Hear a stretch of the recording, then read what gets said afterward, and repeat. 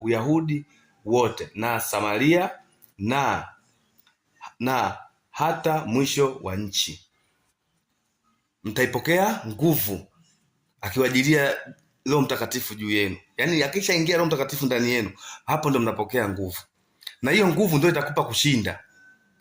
Na hiyo nguvu ndio utatakiwa uitumie kuomba chochote unachokihitaji hapa duniani. Sio mimi, ni Biblia ndio inasema. Utasoma hapo kwenye kitabu cha Matendo sura ya 1 mstari wa 8 utasoma. Ukiweza anza mwanzo kabisa mstari wa 1 ili uendelee uone ni nani alikuwa anaambiwa na ni nani alikuwa anazungumza hapo. Ukiendelea mbele zaidi kusasa usiona hapo watu wanavochanganyikiwa na vitu ambavyo haviwahusu. Tusome Yohana, kitabu cha Yohana. Tusome kitabu cha Yohana. Yohana sura ya 15.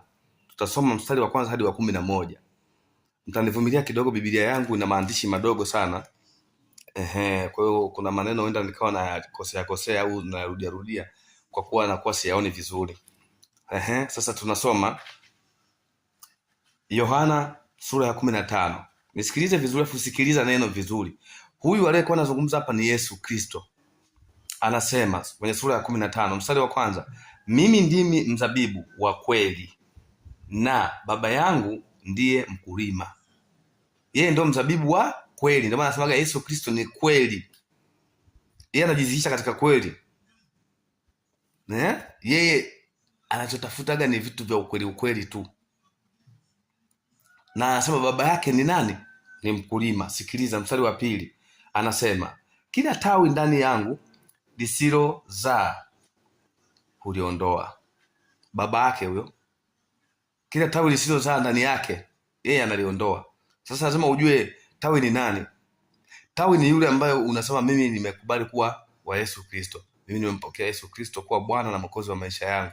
Wewe ukimpokea Yesu Kristo unakuwa tawi. Yeye ndio mzabibu wenyewe, yani ndio shina lenyewe. Lakini ukiwa huko ndani lazima uwe na uzao. Kama huna uzao, baba yake analiondoa hilo tawi ambalo lizaa, na kuondoa wewe ambaye uko ndani ya Yesu na huzai. Sasa tutakuja siku nyingine kuelezea kwa habari ya uzao aliokuwa anazungumzia Yesu, uzao upi. Tunaendelea. Mstari wa 3 anasema ninyi mmekwisha kuwa safi kwa sababu ya lile neno nililowaambia.